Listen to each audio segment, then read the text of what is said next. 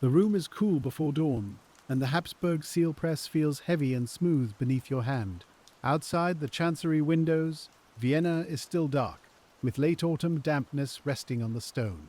You unlock the cabinet quietly, taking out wax sticks, ribbon tags, and the engraved metal matrices. Each piece has its place, and each place has been learned by repetition. A small stove warms the wax just enough until it softens without losing its shape. On the bench, tied bundles of papers wait for their red impressions, their authority still unfinished. Some will travel by courier to provincial offices, railway desks, military suppliers, and court clerks. Your work is not loud, and it is not hurried, but it must be exact. So the day begins with sorting, warming, pressing, cooling, and entering each seal into the ledger. The first thing you notice is the height of the morning tray. It sits nearer the edge than usual, because the bundles beneath it have lifted the whole stack upward. The night porter has left a note, folded once, with a thumb mark of damp ash near the corner. More papers came in after midnight, he has written, from the military supply office and the railway section. There are provincial appointments too, tied in pale tape, with names written in German, Czech, Polish, and Hungarian. You do not open them yet. You place one hand flat on the top bundle, feeling the slight spring of folded paper beneath the cord. The day has changed before it has properly begun. Not in a loud way, not in a way that anyone in the street would notice. But in this room, where every document must match the proper seal, the extra weight matters. If you begin from the top, as a tired man might, the early courier could leave with the wrong things finished. So, you choose the slower beginning. You lift each bundle, read the docket, and make separate piles across the bench. One pile is for the Great Imperial and Royal Chancery seal, used only when the authority line demands it. One pile is for ministry certificates, smaller in form, often leaving by rail pouch before noon. One pile is for military permissions, which are checked twice because supply papers often move faster than explanations. One pile is for court correspondence, with folded tags already pierced through the lower margin. And one pile, always one pile, is for uncertainty. That pile is set at the far right, beside the inkstand, where your eye cannot forget it. The stove gives a soft tick as the iron expands. A blue edge of flame shows beneath the little door, then settles back to orange. You turn the wax sticks so one side does not warm too quickly. Good sealing wax is not simply melted like candle grease. It must be softened until it yields under the knife, but still holds the body needed for a clean impression. Too cold, and the seal cracks like old sugar. Too hot, and the arms blur into a shallow red puddle. You know this not from a manual, though manuals exist, but from years of small failures remembered by the fingers. The wax used here is red, mostly, with its color made deeper by vermilion and other pigments. Older recipes used shellac, turpentine, resin, chalk, and coloring ground fine enough to disappear in the mixture. The sticks snap when cold. They bend when ready. This morning, they are taking their time. The damp air from the stone courtyard has entered everything. It is in the paper. It is in the ribbon. It is in the wooden handles of the presses, which feel a little swollen beneath your palm. You draw the ledger closer and open it to the current date, the 21st of November, 1916. The page is ruled by hand, with columns for hour, department, document number, seal used, wax color, and dispatch note. There is a place for initials too. Those initials are small, but they carry the weight of having seen and done the thing properly. You trim the lamp wick, though dawn is not far away. The flame steadies, its yellow light leans across the bench and shines on the first matrix. The engraved metal is cold enough to mist when you breathe near it. In the hollow of the imperial arms, tiny shadows hold. The double-headed eagle, the shield, the crown, and the lettering around the edge are reversed in the die. Everything that looks backward now will become right when pressed into wax. That is one of the quiet lessons of the rule. A thing must be made in reverse so the world can read it properly. You set the matrix onto its padded rest and check the old screw press beside it. The press has a broad base, a vertical frame, and a threaded screw that lowers the die with steady force. Its handle is dark from hands. not one pair of hands. Many hands, through many years, turning the same arc, stopping at the same felt resistance. A hand press does not rush. It rewards patience, it gives back the pressure you give it, and it tells you when the wax is ready. The first bundle is from the railway desk. You untie the cotton tape, lay the paper square, and read the docket without following the private lines beneath. A seal pressman sees more than he needs, and learns not to read more than he must. These papers certify a movement of freight wagons toward Galicia. Coal, flour, machine parts, and medical stores are listed in careful ink. The railway office has marked them for the morning courier, so they belong near the front. You check the seal instruction. The smaller ministry seal will do. That is good. It means the large imperial matrix can remain aside for the moment, and the first impressions can move quickly. You enter the first document number into the ledger. Then you take a small pellet of softened wax, cut from the warmed stick with a flat knife. The knife has a wooden handle and a blade dulled by usefulness. It is not a cooking knife, though it works almost like one. You roll the wax gently between finger and thumb, making a low mound where the paper tag crosses itself. The paper tag is not decoration. It is a narrow strip, threaded through slits in the document, folded or tied so the seal locks pages together. If someone disturbs the pages, the wax will show it. A seal is authority, yes, but it is also a quiet guard. You place the tag under the press, align the wax mound beneath the matrix, and lower the screw. The handle turns with a soft wooden creak. The press descends. There is a moment of resistance, then a deeper yielding as the warm wax fills the engraving. You hold it for a few breaths, then you raise the screw and look. The impression is clean. The letters are sharp enough, the edge is rounded, not smeared. You place the document on the cooling board, a flat sheet of metal kept away from the stove. There the wax will harden slowly and not lift against another sheet. One seal done, one line entered, one paper made able to travel. It sounds like little. It is little. But the empire is made of such little movements, repeated until provinces speak to ministries and offices answer offices. The next railway paper follows, then another. The work becomes a measured sequence of touch and sight. Read the docket, check the seal, warm the wax, lay the tag, lower the screw, lift, inspect, cool, record. Your breathing begins to match it. The room does too. Even the stove seems to keep time. After 12 railway certificates, the first small setback appears. A docket marked urgent has been tied with the railway bundle, but its authority line belongs to military supply. The clerk who sorted it in the night has used the wrong colored tape. It is a simple mistake. A tired hand in another room, under another lamp. But if you seal it as a railway certificate, someone at the receiving desk may question it. If you stop too long, the morning railway pouch will lose its place. So you make the choice that a pressman makes often. You do not fix another officer's mistake silently.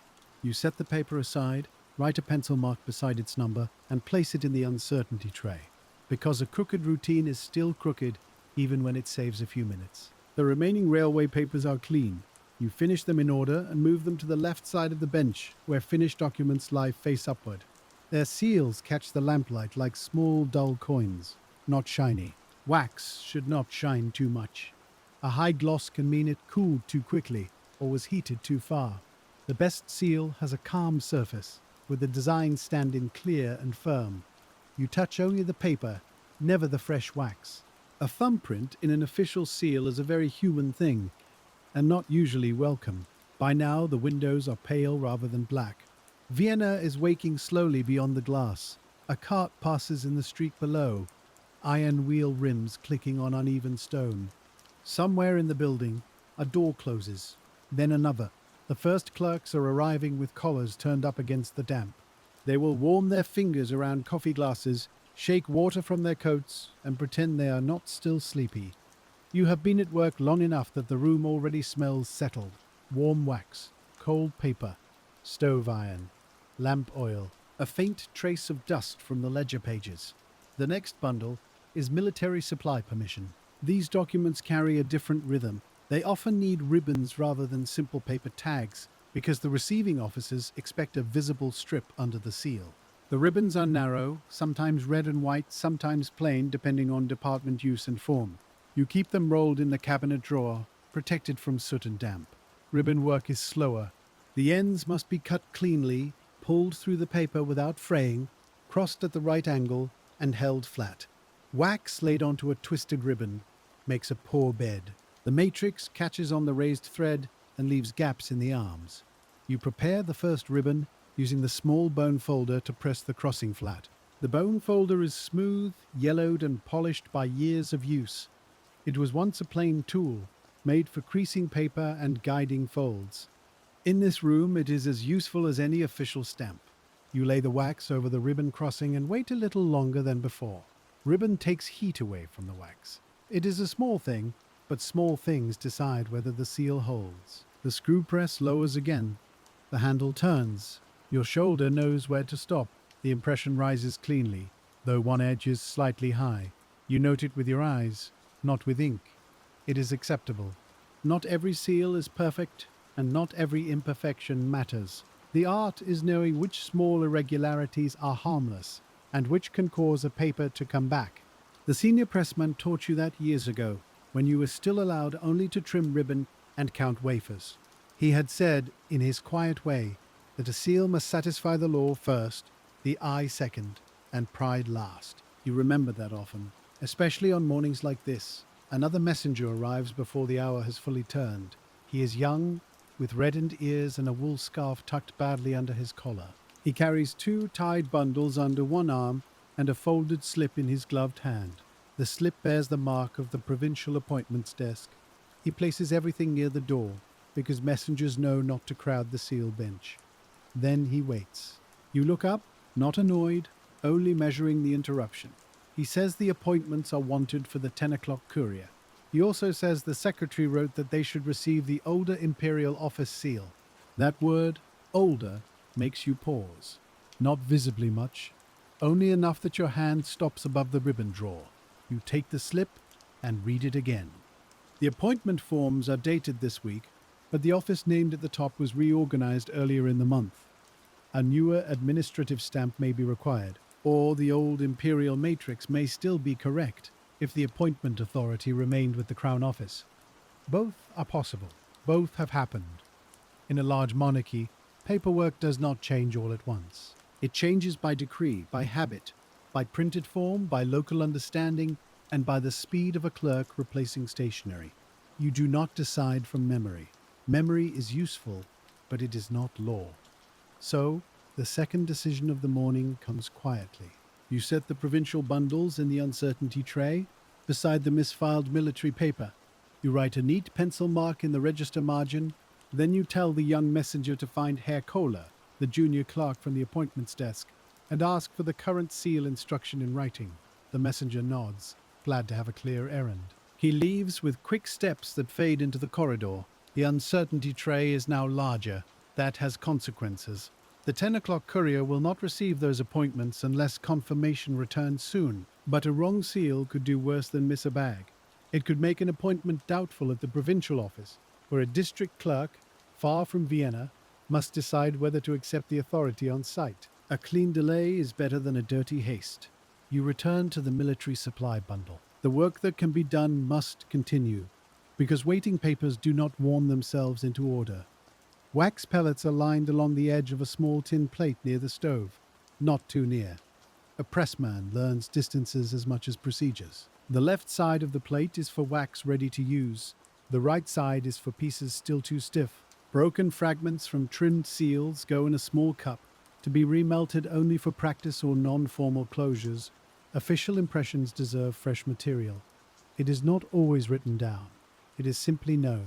The assistant arrives just before 7:30. His name is Emil, and he is still young enough to look surprised by the cold every morning.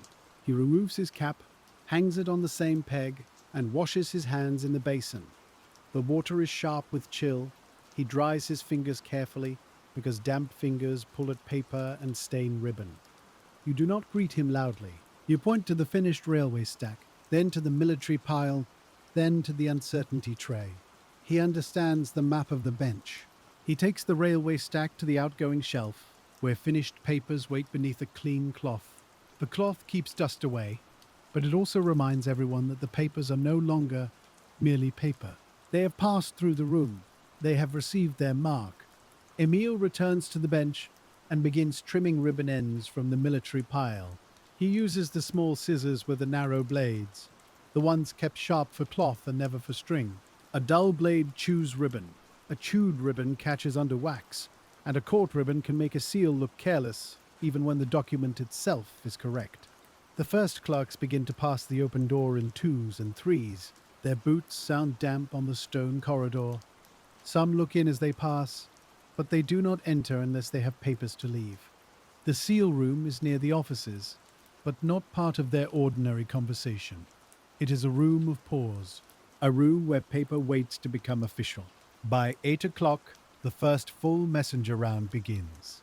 Bundles come from the ministry corridor, the railway section, the military supply office, and the appointments desk. Each bundle has a tied docket slip, and each slip has a different kind of handwriting. Some clerks write like schoolmasters, square and slow. Some write in a running hand that leans forward, as if the ink itself is hurrying down the page. You learn the hands over time. You know who writes too little. You know who writes too much. You know which office forgets to mark ribbon color, unless reminded twice. Emile receives the bundles at the side table and calls the department name softly. You answer without looking up, because your eyes are on the wax mound beneath the die. Military supply, railway, appointments pending. Court correspondence, provincial administration. He places each bundle where the bench can still be read at a glance. A seal room bench is like a small map of a large empire. Vienna is at the center, not because the wood knows it, but because the papers come here for permission to move outward. Galicia lies in one pile, Bohemia in another. Hungary arrives in a different form, often with its own administrative habits and its own careful wording. Dalmatia, Tyrol, Moravia, Carniola, Bukovina, and Lower Austria appear as docket names, as destination lines, as railway routes, as offices that will open these papers days later. You do not see the mountains, the yards, the storehouses, or the town halls. You see the folded edges of paper. You see where a ribbon has been threaded. You see whether a seal will be trusted when it arrives. The morning becomes fuller, not loud. Full. The stove ticks more often as the door is opened and closed. Cold air crosses the floor each time a messenger enters. The wax near the edge of the tin plate stiffens, while the wax closest to the stove softens too far. So Emile shifts the tin half a handspan to the left. He does it without being told. That is a good sign. A junior assistant learns the room first by instruction, then by correction, and later by noticing. Noticing is the true beginning of competence. You let him have the small ministry seal for the next batch. It is not the oldest matrix, and not the most formal, but it is used often enough to teach the hand. He checks the docket, moistens the paper wafer, and pauses before setting it under the press. The wafer is pale, thin, and slightly brittle. It is used on some internal papers where wax would be too heavy, or where folded bundles must stack flat. A wafer seal is made from starch, gum, and coloring, sometimes with a little sizing, pressed between paper and matrix while damp. It is humbler than wax. It leaves less depth. But it also has its place. In older offices, wafers became common where speed and neatness mattered more than ceremony. They could be stored in small round boxes, counted, moistened, and pressed quickly. A wax seal speaks in relief. A wafer seal speaks in pressure and stain. Emile touches the wafer to the damp sponge, waits one breath, and sets it exactly over the join. He lowers the small press. Not enough. You hear it before you see it. The handle stops too early, and the old frame gives only a shallow sigh. He lifts the die, and the impression is faint along the lower lettering. He looks at you. You shake your head once. Not angrily, just once. The paper is internal, and the wafer can be removed before it sets completely. Emile peels it away with the tip of a knife and places the spoiled wafer in the reject dish. He enters nothing yet. No official seal has been completed. That is also part of the work, knowing when a failed beginning has not yet become an official act. You take a fresh wafer and set it down yourself. Then you guide his hand on the handle. The pressure is not force exactly. It is follow-through. The screw must come down steadily until the paper, wafer, and die agree with one another. You let him feel that last small turn, where the resistance changes. There. That is enough. When he raises the die, the letters are clear. The crest is shallow but readable. You nod. He exhales through his nose, relieved. The work continues. A clock in the corridor strikes the half hour. The sound reaches the seal room, softened by walls and door frames. It is easy to lose hours here because the motions repeat in such even measure. But the ledger does not lose them. At each change of batch, you write the time. 8:30, 8:40, 9 o'clock. You write department names in their own column, because if a dispute comes later, no one should have to guess which office sent what. The register is both memory and shield. It protects the clerk who asked properly. It protects the pressman who sealed properly. It protects the receiving office, which may need to know why a paper bears one impression and not another. Official wax is a small thing, but it lives inside a system of proof. By 9, the uncertainty tray has gained 2 more bundles. One contains court correspondence with a printed form older than the current instruction. Another contains a military exemption paper that asks for black wax. Black wax is not kept on the open bench. It is reserved for mourning notices, certain legal closures, and a few formal uses that must be checked. The docket says black. The authority line says ordinary red. The difference is not decorative. Color can carry meaning. Red was common in many imperial offices, strong and visible, associated with authority and continuity. Black could signal mourning, solemn closure, or a special category of correspondence. Green, yellow, and other colors had local or departmental uses in different times and places. A pressman does not treat color as ornament. Color is part of the language. You place the exemption paper aside. Emile sees where it goes and writes a small pencil query on a loose slip. Black wax requested. Authority line ordinary. Confirm. He sand sprinkles the slip so the pencil does not smear, although pencil scarcely needs it.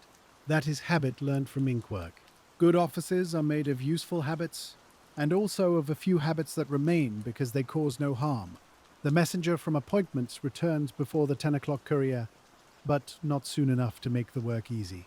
He brings Herr Koller's written instruction folded twice with an ink blot near the seal line. The newer administrative seal is to be used for most of the provincial appointments, but 3 documents in the bundle remain under the old imperial authority because their nominations were signed before the change in office form. So 1 bundle becomes 2, then 3. You loosen the tape and separate the documents by date and authority line. Emile reads the names softly, only enough to match them to the list. A district school inspector, a tax assessor, a railway stores supervisor, a clerk for a provincial archive, a deputy official for a land registry office. These are not grand appointments in the courtly sense. They are positions that keep roofs repaired, accounts checked, records stored, and letters answered. Yet each one needs the right seal. A person waiting far from Vienna may not know the room exists. He may only know that his appointment paper is late. But here, on this bench, the reason is visible. A line changed. A form lagged behind. A seal must match not only the document, but the authority that gives the document life. You prepare the newer administrative matrix first. It is smaller than the great imperial seal, and its engraving is less deep. The arms are still present, but arranged for the office rather than the sovereign's direct command. Its metal has a cleaner brightness, because it has not been handled for decades. Newer dies feel different. They do not yet have the fine polish that comes from years of cloth and fingers. The edges can be sharper than expected. You wipe it with a soft rag and breathe on the surface, watching the faint mist fade. A speck of dust sits near the lettering. You remove it with the corner of the cloth, never with a fingernail. A fingernail can leave oil. Oil catches wax. Wax holds dust. The chain of small causes is always longer than outsiders think. The first appointment paper has ribbon already threaded. The ribbon is pale and narrow, perhaps cut in haste from an older roll. You flatten it with the bone folder, warm the wax a little longer, and press. The impression is sound. Emile records it. Then the second. then the third. The motion settles back into rhythm, but the tray beside the inkstand remains in sight. Uncertain papers weight differently from ordinary papers. They seem to keep their questions even while lying still. The 10 o'clock courier arrives with a leather pouch and a list. He is older than the morning messengers and does not ask for explanations unless he needs them. His moustache is damp from the fog outside. He places the pouch on the side chair, never on the seal bench. He has learned this room's customs. You hand him the railway certificates, the finished ministry papers, and the appointment papers that have cleared. He counts the bundles by docket, not by page. Emile reads the dispatch notes aloud. Railway certificates for Galicia, military supply permissions for the quartermaster section, provincial appointments, partial awaiting confirmation on remaining documents. The courier writes partial beside his list. His pencil is short, with a knife-cut point. He does not complain. Couriers know that paper delayed here may save delay elsewhere. He ties the finished packets into the pouch, pulls the strap through the brass buckle, and lifts it with practiced economy. The bag leaves the room. The papers inside begin their second life. From now on, they belong to corridors, street carts, railway platforms, station clerks, provincial desks, and hands you will never see. For a moment, the bench looks clearer. Then another messenger arrives. That is how the day keeps itself from ending too soon. By mid-morning, the room has warmed, but only near the stove. The window glass remains cold. A faint cloud forms if you breathe close to it. Beyond the courtyard, roofs show dull brown and grey beneath the low sky. Vienna in late autumn has a way of pressing sound downward. Hooves seem softer. Bells seem nearer. Even voices in the street arrive as if wrapped in wool. Inside, the seal room smells more strongly of resin now. The wax sticks have warmed through, and their scent rises whenever the knife cuts a fresh piece. Some sealing wax contains shellac, brought through trade routes from far away, refined and mixed with resins and pigments. Some recipes are harder, made for seals that must survive travel. Others are softer, used for papers that remain in ledgers or cabinets. The wax in this office is chosen for official durability. It must hold detail. It must not crumble when a provincial clerk opens a packet in a cold room. It must not soften too much if carried near a stove on a railway journey. Like many practical materials, it carries the quiet intelligence of many failures. Somewhere, at some time, wax cracked too easily, so someone changed the mixture. Somewhere, an impression blurred, so someone altered the heat. A material becomes reliable because generations of workers have noticed its disobedience. You draw another military permission forward. This one has a parchment tag rather than paper ribbon. Parchment is tougher, made from prepared animal skin, scraped and dried under tension.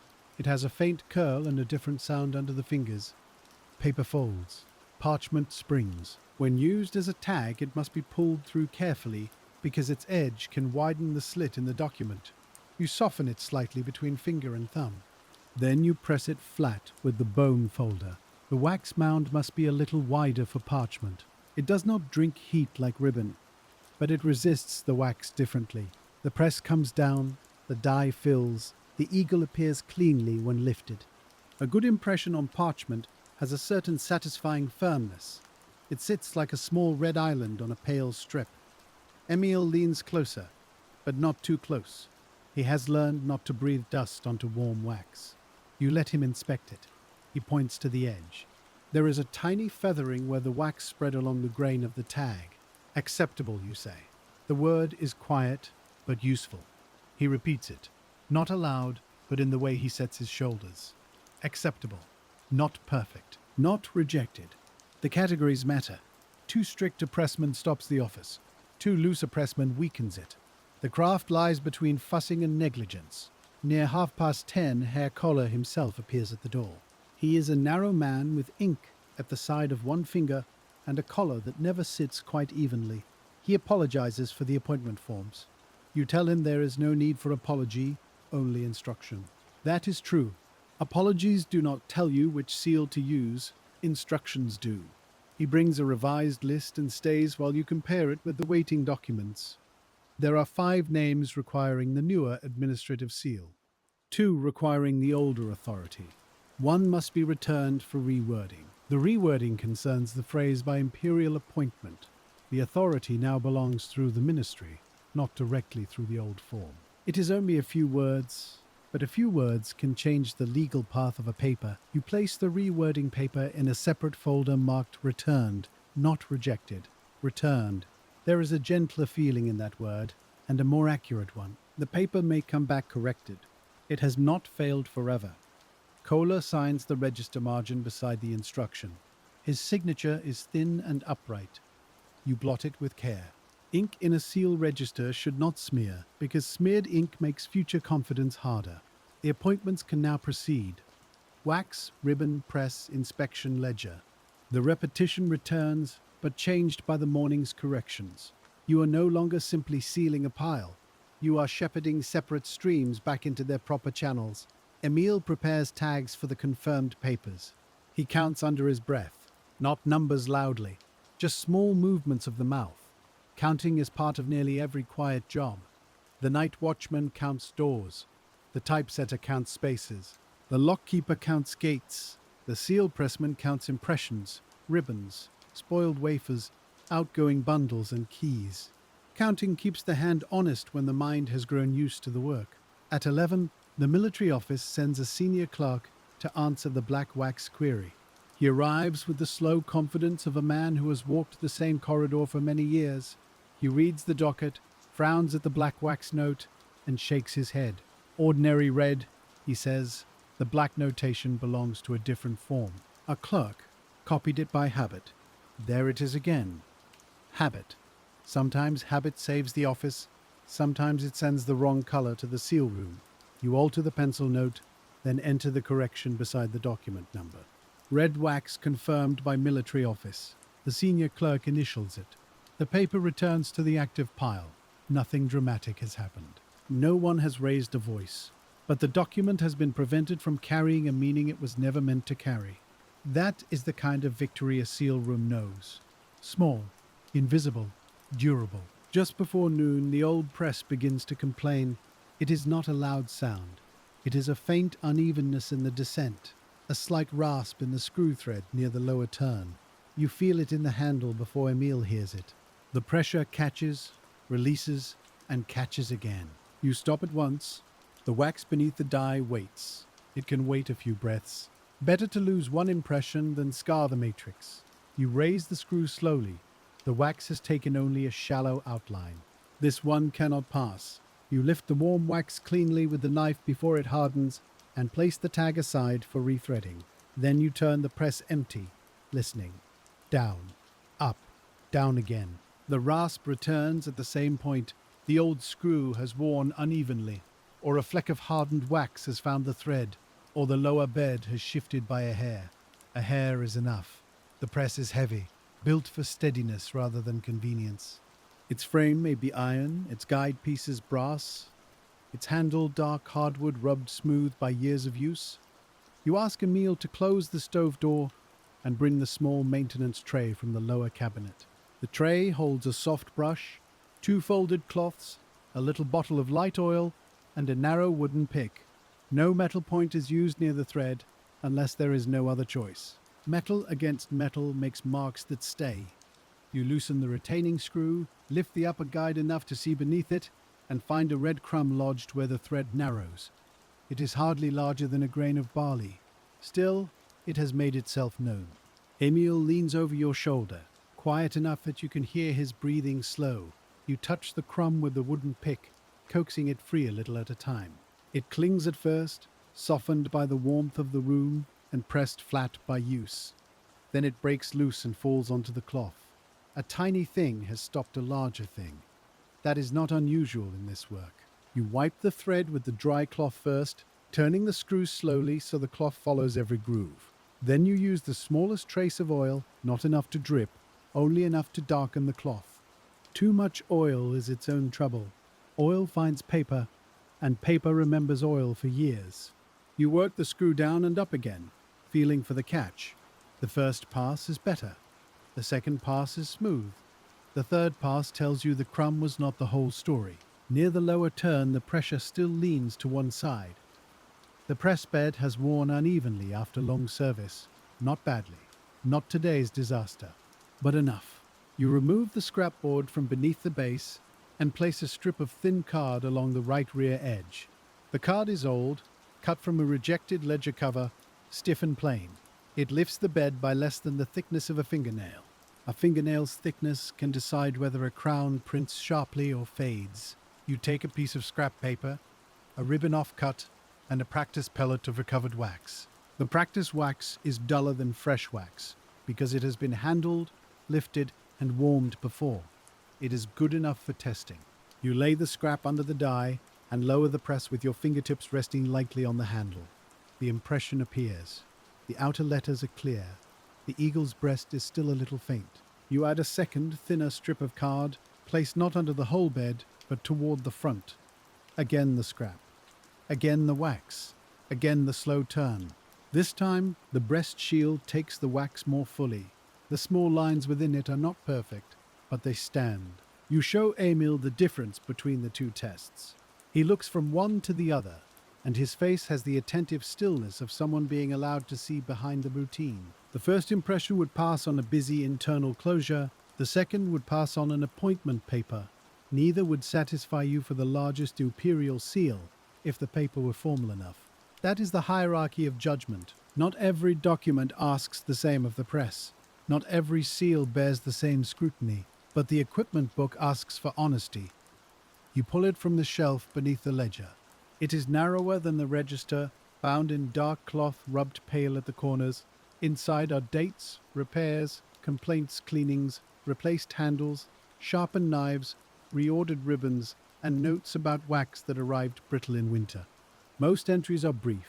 A tool's life is written in plain words. You dip the pen and write the day's date, the 21st of November, 1916. Then you write that the old screw press shows slight uneven descent at the lower turn. You add that the thread has been cleaned, the bed shimmed temporarily, and further inspection is requested. The word temporarily matters. It prevents a small adjustment from becoming an invisible permanent repair. Emil sands the entry and waits until the grains drink the top shine from the ink. Then he tilts the book and pours the sand back into its little tin. The bench can work again, but it is no longer exactly the same bench as it was before noon. It now carries a note. A note is quiet, but it changes responsibility. If the press fails tomorrow, someone can see that it began to fail today. You return to the interrupted document. Its tag is damaged where the shallow wax was lifted, so you do not reuse it. You cut a fresh parchment strip and thread it carefully through the slits. This takes longer than anyone waiting in a corridor would imagine. The old strip must be removed without tearing the paper. The new strip must follow the same path. The folded edge must sit flat. You smooth the lower margin with the bone folder, then place the wax mound over the crossing. The press descends with its newly restored smoothness. You hold it for 3 breaths. When you lift, the impression is clean enough to leave the room. You do not call it perfect. You call it sound.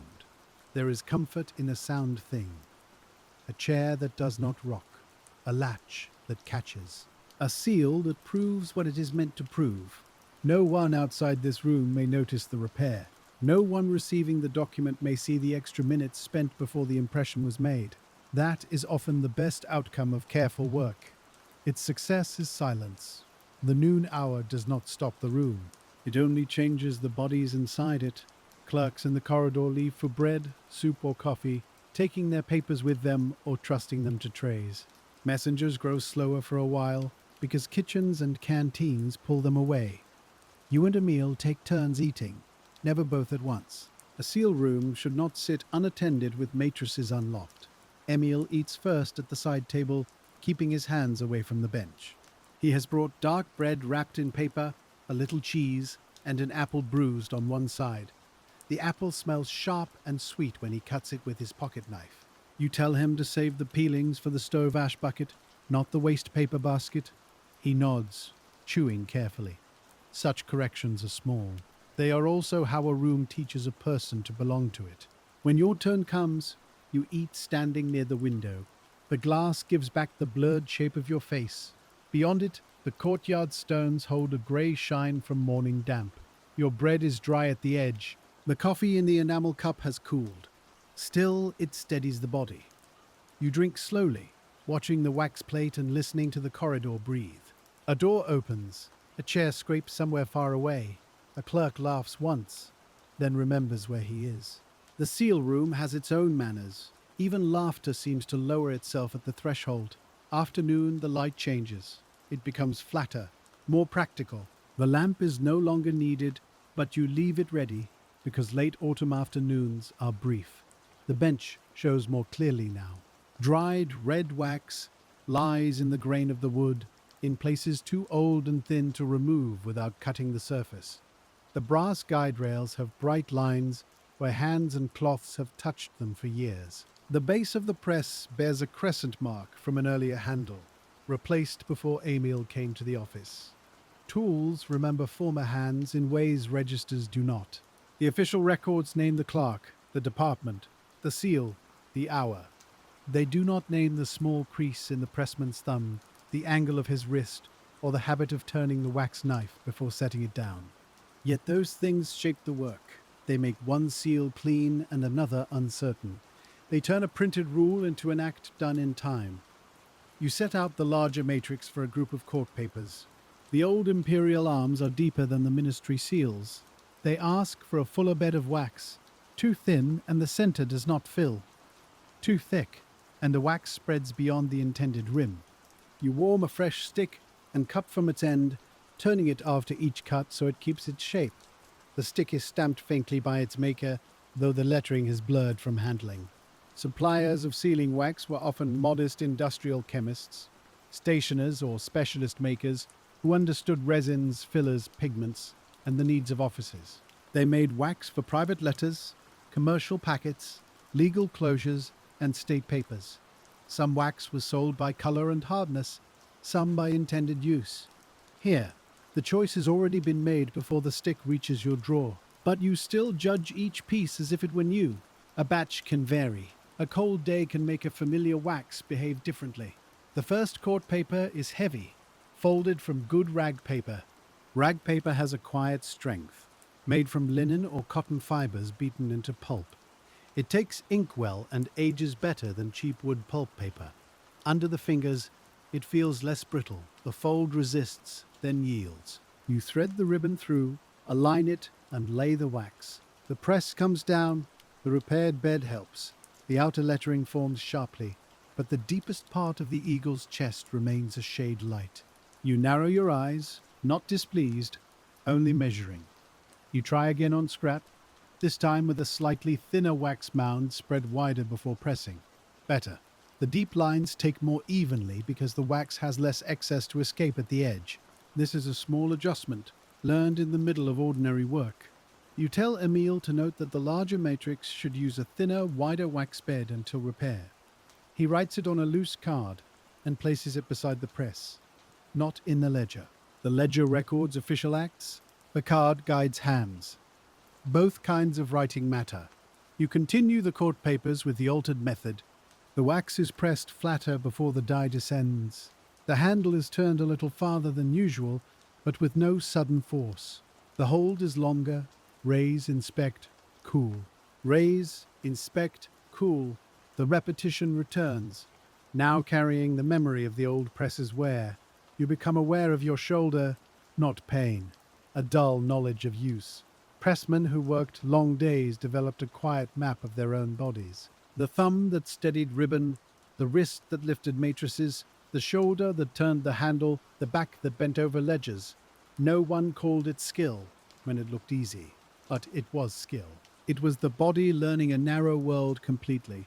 Emil brings the cooling board closer to the window, where the air is colder. You stop him before he sets it too near the glass. Cold is useful, but too much cold can make warm wax shrink unevenly. The surface may look fine while a little crack forms underneath. A seal should cool, not be shocked, so the board stays midway between stove and window. A middle place again. The room is full of middle places. Between heat and chill, between speed and caution, between law and material, between the hand that signs and the hand that proves the signature's passage into office. At 1 o'clock, Another batch arrives from the railway section. The clerk who brings it is flushed from walking quickly. He says the papers must leave before the afternoon pouch. You take the docket and read it without comment. The papers are corrected replacements for a set sealed earlier in the week. A routing error had sent freight orders toward the wrong transfer yard. The new papers need the same ministry seal, and the docket is clear. That is a relief, of a practical kind. Not everything difficult is complicated. Some work is simply plentiful. Emile sets up wafers for the internal copies while you prepare wax for the outgoing certificates. The wafer box clicks softly when opened. Inside, the thin circles lie stacked like pale coins. They smell faintly of gum and dry paper. He moistens them one at a time, no more than he can press before they begin to curl. A wet wafer waits badly. It wrinkles, lifts, and stains. A dry wafer refuses the paper. The sponge must be damp, not dripping. Again, the lesson is measure. You seal the railway certificates with steady speed. These do not require ribbons. Their authority rests in the printed form, the signature, and the pressed wafer or wax closure at the fold. Each receives its mark. Each is cooled, stacked, and counted. The afternoon pouch will be tighter now, but not lost. The young railway clerk stays near the door, shifting his weight once. He wants to ask whether they will be done. He does not ask. He watches the bench and learns, perhaps for the first time, that urgency cannot turn a screw faster than wax can accept. When the final railway paper cools, you hand him the stack. He bows his head, not ceremonially, just enough. The papers leave with him. The room exhales. Then the old building seems to take a breath of its own. Somewhere above, footsteps move quickly along a corridor not usually busy at this hour. A door opens hard, then is closed with restraint. Voices pass, lower than ordinary, carrying no words clearly. You look up. Emile looks up too. Nothing enters the seal room yet, so the seal room continues. That is what officers do when they do not know enough to stop. They continue until an instruction reaches them. You finish the court batch. You enter the last document number. You blot the ink. You wipe the matrix with cloth, clearing the fine red residue from the lettering.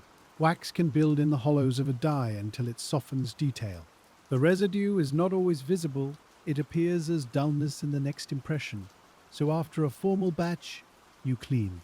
Not later, now. The cloth catches red dust. You fold it inward, so the dirty part does not touch the bench. Emile brings the equipment book again, asking with his eyes whether to add the improved method. You shake your head.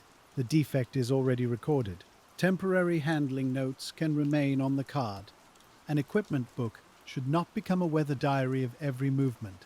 It should remember what the office must answer for. At 1:30, Herr Koller passes the door again, but this time he does not enter. His face is pale, and he walks as if carrying a message inside his coat. Behind him, 2 clerks from the higher office move toward the main secretary's room. Their boots are careful on the stone. You cannot name the change yet. It is like the hush before a funeral carriage turns into a street, when people understand from the horses and wheels before anyone speaks. But still, no instruction has reached your bench. You draw forward a small bundle from provincial administration. Its docket is clean. The seal required is the newer administrative matrix used earlier. You set wax to warm. You inspect the ribbon. You prepare the first paper. The hand continues because the hand has work. There are times in a large institution when knowledge moves unevenly. One room has heard, another room has not. One desk stops, another signs. One corridor whispers. Another still copies figures into a ledger. The seal room waits for written authority, because a roomer cannot withdraw a seal. A roomer cannot change a register. A roomer cannot tell a pressman which matrix may be used after the hour. At 2:00, the clock strikes slowly. Each note comes down the corridor as if wrapped in felt. Before the last vibration has faded, the senior secretary's assistant appears at the doorway. He is not a messenger. He wears a dark coat, and his gloves are folded in one hand. Behind him stands a witness clerk from the registry. The assistant says your name quietly. Then he places a sealed instruction on the side table. It bears a high office wafer and a black-edged docket slip. You do not touch it with waxed fingers. You wipe your hands first. You move the active paper aside uncovered but unpressed. You take up the instruction and break the wafer carefully. Inside, the wording is brief, formal, and heavy with consequence. Upon notification of the death of His Imperial and Royal Apostolic Majesty, Emperor Franz Joseph, certain seals, ciphers, and forms bearing direct reference to his person are to be withdrawn from ordinary use. The time is entered. The instruction lists categories, not every document by name. The old imperial matrix on your bench is among those affected. The room is very still, not empty. Still. The stove ticks. A coal shifts softly. Emil's hand rests beside the ribbon roll, not touching it. You read the instruction a second time because the first reading belongs to shock, and the second to work. Franz Joseph had reigned for so long that many men in the building had never served under any other emperor. His face was on offices, coins, portraits, prayers, stamps, letterheads, and assumptions. Yet here, in the seal room, the change arrives as a list of seals to stop using. That is how vast changes enter practical rooms, not as thunder, as categories, as withdrawals, as corrections to forms, as cabinets that must be locked before the next impression. You place the instruction flat on the bench, away from the wax. Then you ask the assistant to remain as witness. Your voice is low and ordinary, because the work asks for ordinary steadiness. You tell Emil to cover the active stacks and move all unsealed documents to the right side. Nothing else is pressed until each paper is checked. He moves carefully. The ribbon roll is closed. The wax knife is wiped. The warm wax pellets on the tin plate are no longer assigned to any paper. They sit there, soft and unused, as if waiting for a command that will not come. You lift the old imperial matrix from its padded rest. It is heavier than it seemed in the morning. Metal does not gain weight in an afternoon. Meaning does. You wipe it clean slowly, making sure no red wax remains in the letters. The double-headed eagle looks backward in the die, as it always has. But now its backwardness feels different. This metal can still make a readable mark. It has not broken, it has not dulled beyond use, yet authority has moved away from it. That is a strange thing about official tools. Their usefulness can end while their material strength remains. You carry the matrix to the cabinet. The assistant and the registry clerk step closer. You open the inner drawer, the one with separate compartments lined in worn green cloth. Each matrix has its place. Labeled by office and use, there is a small space for withdrawn or suspended seals, used rarely and with care. You place the imperial matrix there. You set the written instruction beside the compartment for the moment so the witnesses can see the connection. Then you close the drawer. The lock turns with a clear sound. It is not loud, but everyone in the room hears it. You enter the withdrawal in the custody book. Date, hour, instruction received from higher office. Seal matrix withdrawn from ordinary use. Witnesses present. You write the name slowly. The secretary's assistant signs. The registry clerk adds his name below, pressing the pen a little harder than usual. The ink looks dark and wet against the pale page. You sand it carefully, because even this line must dry without disturbance. The assistant watches the sand fall, and for a moment, no one speaks. Then he folds the instruction again, not as a closed matter, but as a document now belonging to the room. You place it in the custody book, under the page where the withdrawal is written. It will stay there, until copied into the central register. Emil stands beside the covered piles, waiting for your next word. His face is quiet, but his hands have not yet found their usual confidence. That is understandable. A room can change shape without moving a single piece of furniture. The same bench is here, the same stove, the same press with its worn screw and shimmed bed. But the old matrix is no longer available to the hand. You look across the waiting papers, and the practical work returns first. The instruction has stopped one kind of seal, but it has not answered every pending question. Some documents may still pass under ministry seals. Some may need the newer administrative seal. Some refer directly to the late emperor's person, and those must wait. Some have already been signed under wording that no longer matches the mark they were meant to receive. You ask the secretary's assistant whether a provisional matrix has been prepared. He says one is being brought from the higher office, under separate custody. Not yet. Soon. Soon is a difficult word in a seal room. Wax does not respond to soon. Couriers do not depart on soon. Registers do not accept soon as an entry, so you begin with what can be known. You lift the top document from the first covered stack and read only the official line. Not the private sentences, not the clerkly explanations. Only the part that tells the room what authority it must prove. The paper refers to His Imperial and Royal Apostolic Majesty by title, and to an appointment made before the notice. It may need rewording. You place it in a tray marked Hold for review. The next paper is a ministry certificate, signed by the department and not by direct sovereign formula. It can likely proceed under the ministry seal once the assistant confirms. You place it in a second tray. The third is court correspondence with a pre-printed heading that bears the old cipher. It cannot be sealed as it stands. It goes to the hold tray. Emil begins to understand the new map. He uncovers one stack at a time, and you read the authority lines aloud in a low voice. Ministry, hold, review, reword, proceed. Old authority, new administrative seal, await provisional. The words become a sorting rhythm, different from the morning's wax and pressure, but just as exact. The assistant remains near the side table, answering when the instruction allows him to answer. When it does not, he says nothing. That silence is useful too. It prevents guesses from becoming office practice. A younger clerk might be tempted to make the day move by confidence alone, but confidence is not a seal. It leaves no lawful impression. You take a pencil and mark the docket slips, not the documents themselves. Pencil is used because the marks may change after review. Ink is for decisions that must stand. The distinction is small, but the room depends on it. A pencil mark says, pause here. An ink line says, this happened. By 2:30, the bench is no longer a single backlog. It has become several smaller burdens. The papers that may proceed are fewer than anyone hoped. The papers held for rewording make a thick bundle tied with white tape and labeled for return. The papers awaiting the provisional seals sit alone near the center of the bench. They look almost ready. That is what makes them troublesome. A paper almost ready can waste more time than one plainly wrong. It tempts the hand. You keep those papers away from the press. The press cannot decide for them. The secretary's assistant takes the return bundle himself. He will not send it by ordinary messenger. The change is too fresh, and every office will want proof of why its papers have come back. He places the bundle under his arm, then pauses at the threshold. He looks toward the cabinet where the old matrix now rests in darkness. He does not bow. That would be too much for an office room. But he lowers his eyes for a breath. Then he leaves. The registry clerk stays a little longer to witness the cabinet being checked.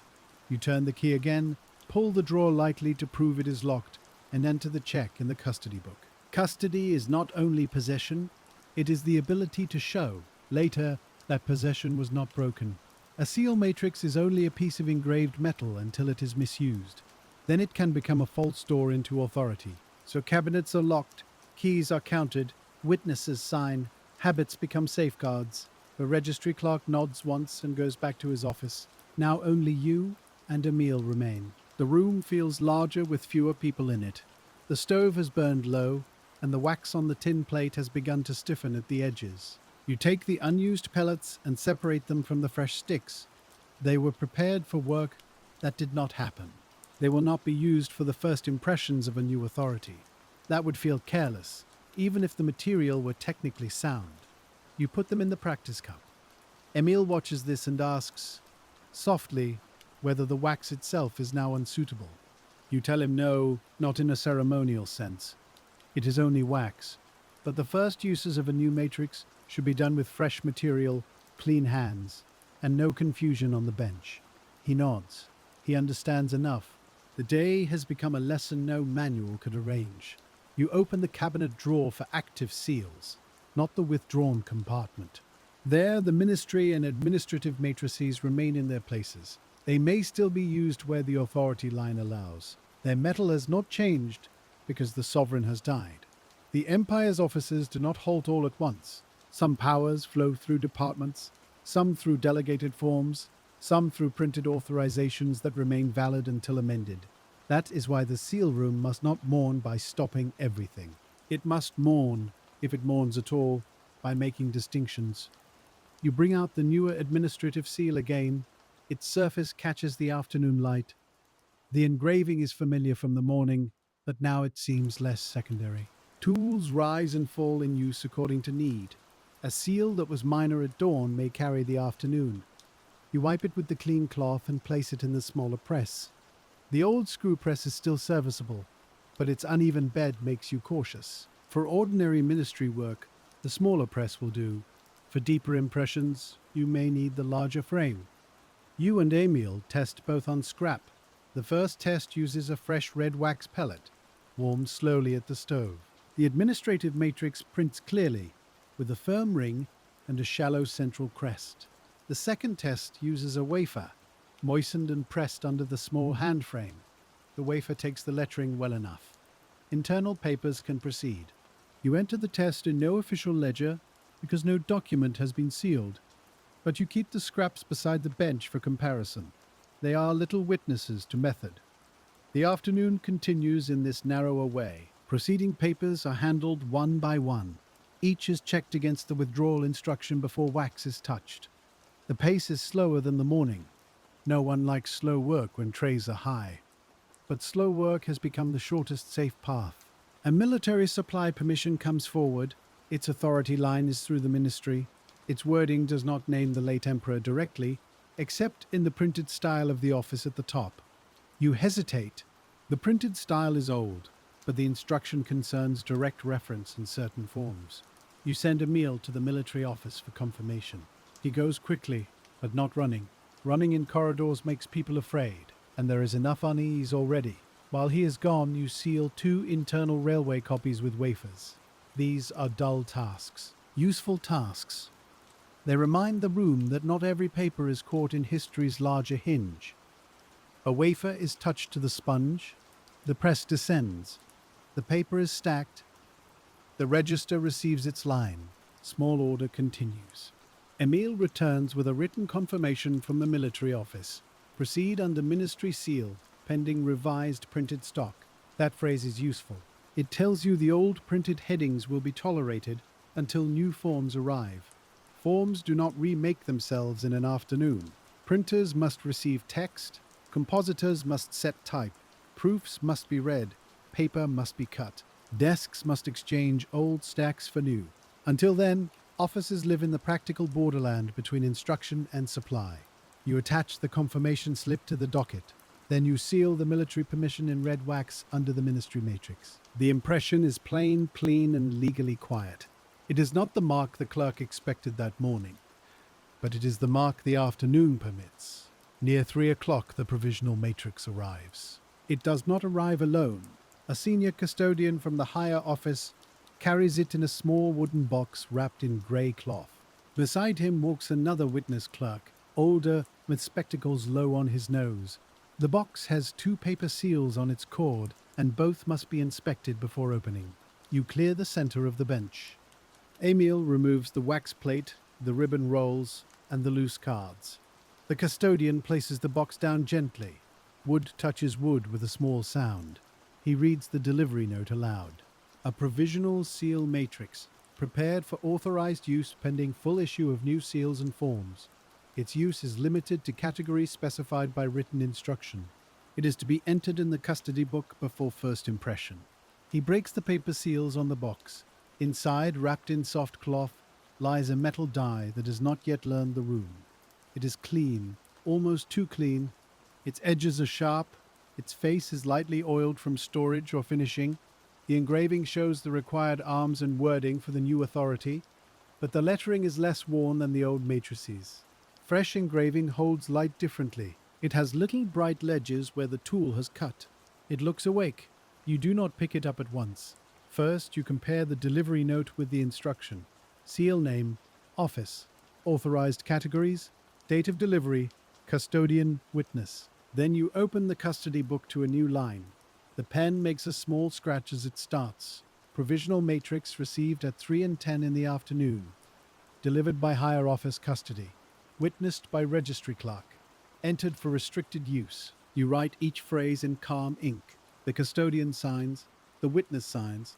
Emil watches the signatures as though they are part of the matrix itself. In a way, they are. A seal without a record is a tool. A seal with a record is a responsibility. Only after the ink is sanded do you lift the new matrix from the cloth. It is colder than expected. Metal holds the chill of storage rooms. Its weight is a little less than the old imperial die, but its balance is different. The old one sat heavily in the palm. This one tilts toward the engraved face, as if asking to be set down. You turn it, not to admire it, but to learn it. The rim is fine.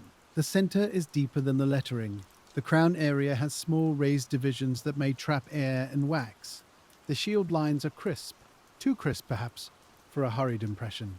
Sharp engraving can cut cleanly, but it can also hold wax if the release is not careful. You wipe the face with a soft cloth until the last trace of storage oil is gone. Oil and wax are uneasy companions. A little oil can help release a die in some uses, but official impressions should not depend on it. The wax must take the engraving because pressure and heat are right, not because the surface has been made slippery. You set the provisional matrix beside the press and prepare a test. Fresh wax only, a ribbon offcut, scrap paper from the reject pile. The wax needs a slightly warmer bed than the ministry seal. You cut a pellet and hold it near the stove until it bends under the knife. Then you shape it into a low mound, not too high, because the center of the die is deep. The press bed has been shimmed for the old matrix, so you remove one card strip and begin again. A new die deserves a new setting. You lower the screw slowly. The handle resists differently. You can feel the engraving enter the wax. There is a first softness, then a steadier hold, then a faint final settling as the wax fills the deeper lines. You count 3 breaths, then 4. Then you raise the die. The impression is almost good. Almost. The outer letters are clear, but 2 tiny hollows near the crown show pale air pockets. The wax did not reach them. The custodian leans closer. The witness adjusts his spectacles. Emil stops breathing for a moment, then remembers. You do not show disappointment. A first impression is a question asked of a tool. The tool has answered. Warm longer, press slower, perhaps spread wider before lowering. You cut another fresh pellet. This time, you warm the wax until it shines just at the surface, but does not sag. You press it flatter with the knife blade, making a broader bed. The die comes down more slowly. The handle moves in a long, even turn. You feel the last resistance and hold it. 5 breaths. The stove ticks once during the hold. Then you lift. Better. The crown fills. The shield is clear. One small bubble remains near the lower edge, outside the lettering. Acceptable for some work, but not for first official use. You set that test aside. A third test is made with wax a little softer, and the ribbon warmed for a moment between fingers. Ribbon can chill the wax beneath it. Today, the room is not warm enough to ignore that. You cross the ribbon, flatten it, and lay the wax low and broad. The screw descends, slow, even. No haste at the end. The die stays down long enough for the wax to settle into every cut. When it rises, the impression stands complete. The rim is firm. The crown is filled. The shield is sharp. The lettering is clear enough to satisfy a receiving office under poor light. You place the 3 tests in order on the bench. First failure, better attempt. Sound method. Emil looks at them, and you can see the lesson arrange itself in him. The new seal is not simply the old seal with new words. It has its own appetite. It asks for warmer wax, a broader bed, slower pressure, and a longer hold. Every matrix has a temperament, though no official instruction would use that word. The custodian accepts the 3rd test and initials the custody note. Use may begin. Those 3 words carry the afternoon forward. The first real document chosen for the provisional matrix is not the most urgent. You choose one that is clear, simple, and fully confirmed. A modest ministry authorization, corrected after the withdrawn notice, with the proper wording and ribbon already rethreaded. The first official impression should not be made on a doubtful paper. Doubt belongs in trays, not under fresh authority. You read the docket. Emil reads the document number. The witness clerk reads the category from the instruction. All 3 agree. You enter the document in the register before sealing, leaving the final initial blank until the impression is accepted. Then you prepare the ribbon. Its fibers are slightly crushed from earlier handling. so you cut a new length. The old length goes into the scrap box. No one objects. The moment asks for clean material. You thread the ribbon through the lowest slits, draw the ends even, cross them without twist, and flatten them with the bone folder. The paper gives a soft crackle under the tool. Fresh wax is cut. Fresh wax is warmed. The red deepens as it softens. You place it over the ribbon crossing, broad and low, as the test has taught you. The provisional matrix is set in the press. You lower the screw. The room watches without appearing to watch. The handle turns through its arc. There is that new resistance, not yet familiar, but already less strange. You hold. 1 breath, 2, 3, 4, 5. Then you lift. The seal is clean. Not beautiful in a courtly sense.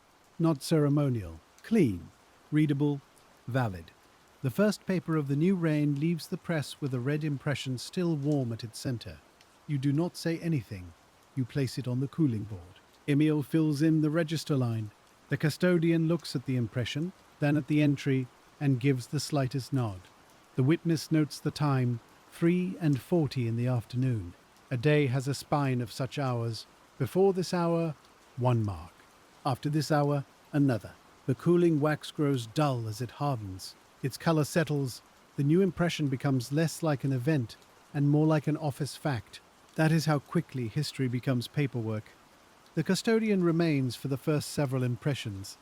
Each document is checked against the written categories. Each ribbon is inspected. Each wax bed is warmed a little longer than habit would prefer. The old rhythm tries to return too quickly, and you hold it back. A hand accustomed to one matrix can betray another. It may lower the screw at the old speed. It may use the old wax height. It may lift too soon. You remind yourself with every impression: warm, spread, lower, hold, lift, inspect, cool, record. After 6 sound impressions, the custodian permits the matrix to remain under your custody for the night's work. He closes the delivery box, now empty, and ties the grey cloth around it again. The box leaves lighter than it came. The room keeps the metal. That is how responsibility moves from one office to another.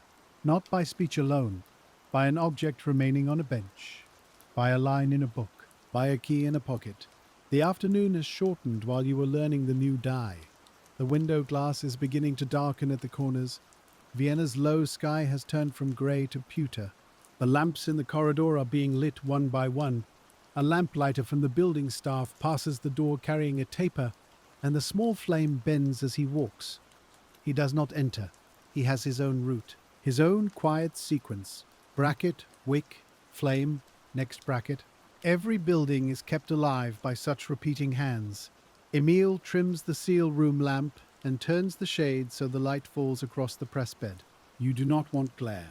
The light must lie low enough to show the rim of the wax, but not so hard that it hides a flaw in brightness.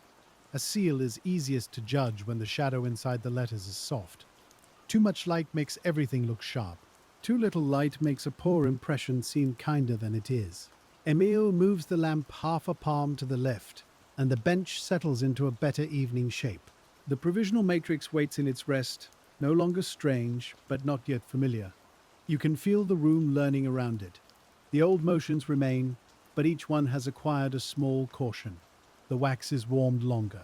The ribbon is flattened more firmly.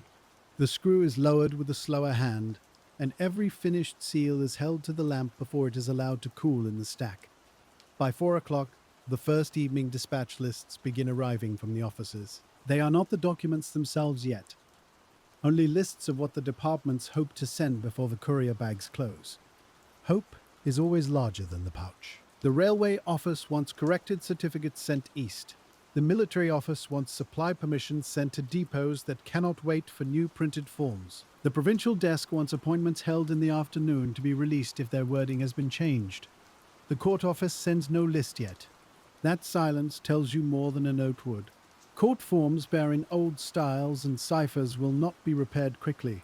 They will sit in a higher room tonight, perhaps under heavier lamps, while senior men decide which phrases may remain and which must be struck out. Your work is not to decide those phrases. Your work is to know when the phrase has become ready for wax.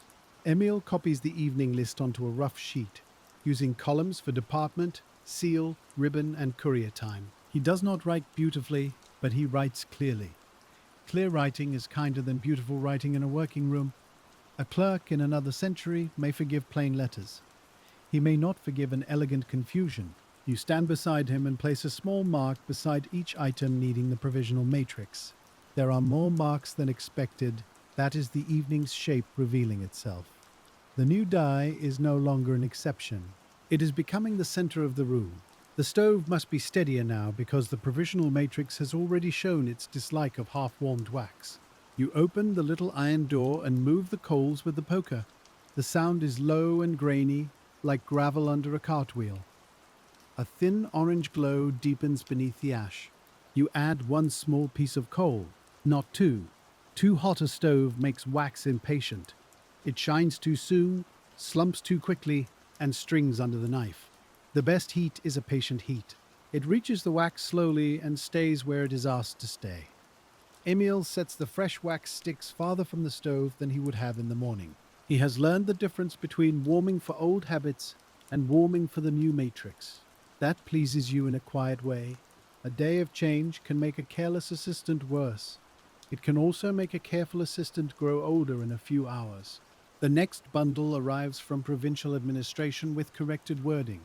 The messenger holds it with both hands, as if the papers are fragile from having been returned once already.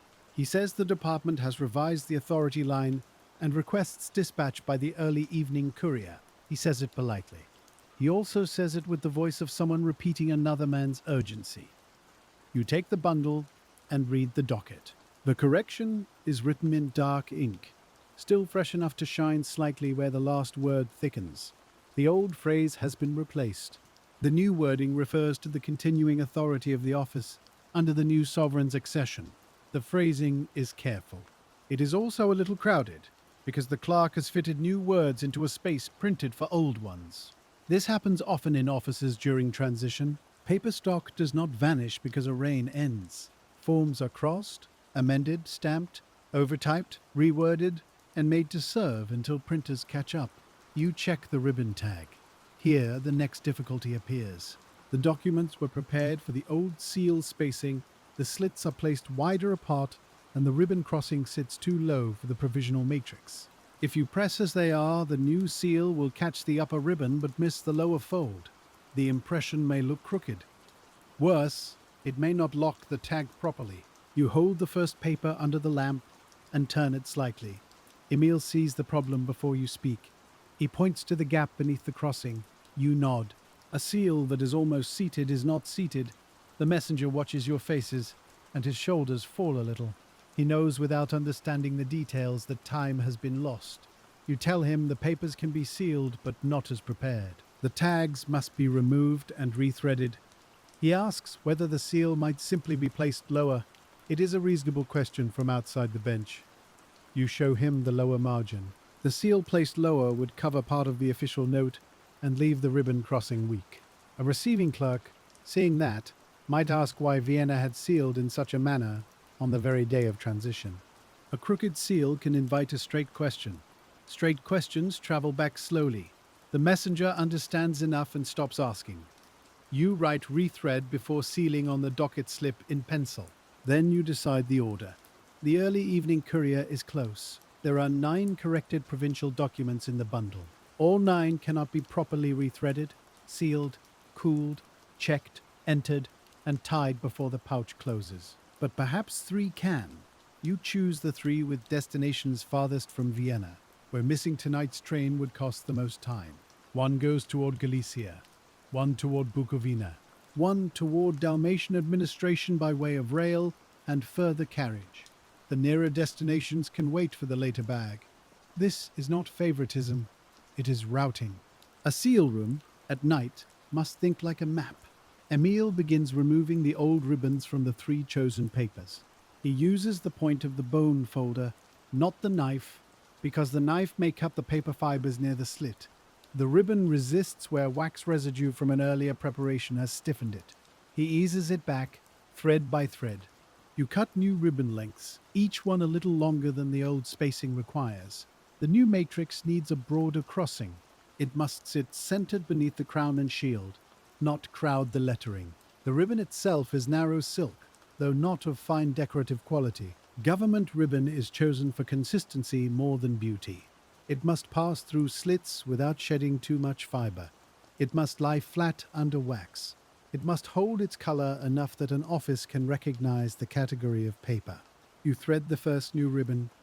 The paper lifts slightly under your fingers, and the old fold line tries to guide the strip back into its former path. Paper remembers pressure. You smooth it with a bone folder and create a new crossing, a little higher, a little tighter. The correction is simple, but the hands must persuade the materials. Emil rethreads the second while you prepare wax for the first. You have him pause and inspect the crossing, not with a glance, with the pad of his finger lightly, feeling whether one layer rides over the other. He feels a small twist, almost nothing. Almost nothing becomes a gap under the die. He lifts the ribbon, straightens it, and presses again. Better. The lamp burns steadily. The stove holds. The wax softens to the new point.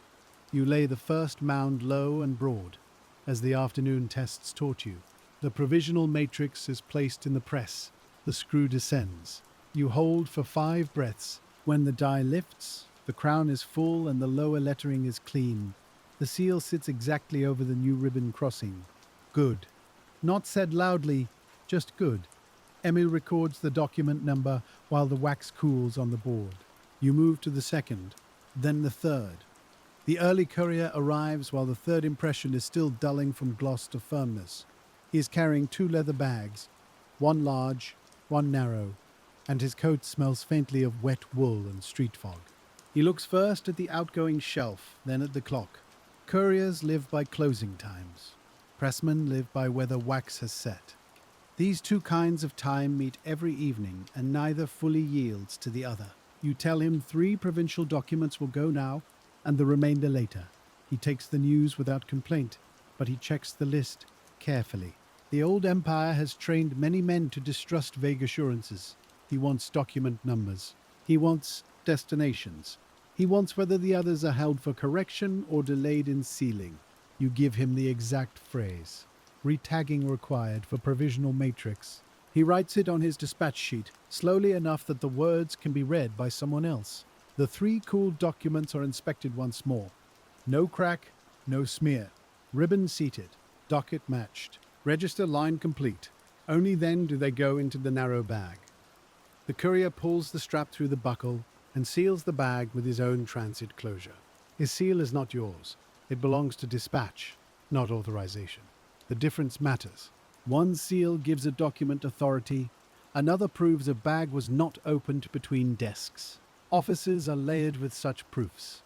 A letter may bear a signature, an office seal, a packet tie, a courier closure, a receiving stamp, and a register number. Each mark answers a different doubt. The courier leaves, and the room does not follow him in thought for long. There are still 6 corrected provincial papers waiting. Their old ribbon spacing lies across them like a small repeated error. You and Emil begin the slower remedy.